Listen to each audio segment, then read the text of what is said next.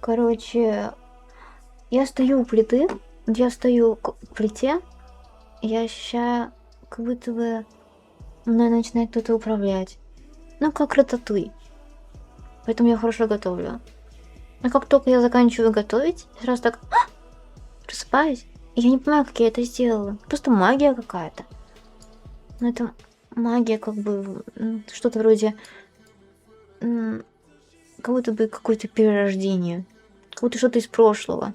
Как будто все повара Франции как бы вселяются в меня, и я начинаю готовить. Ну, я это так чувствую.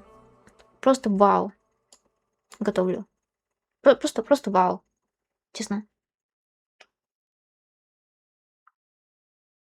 Меня твои истории уже...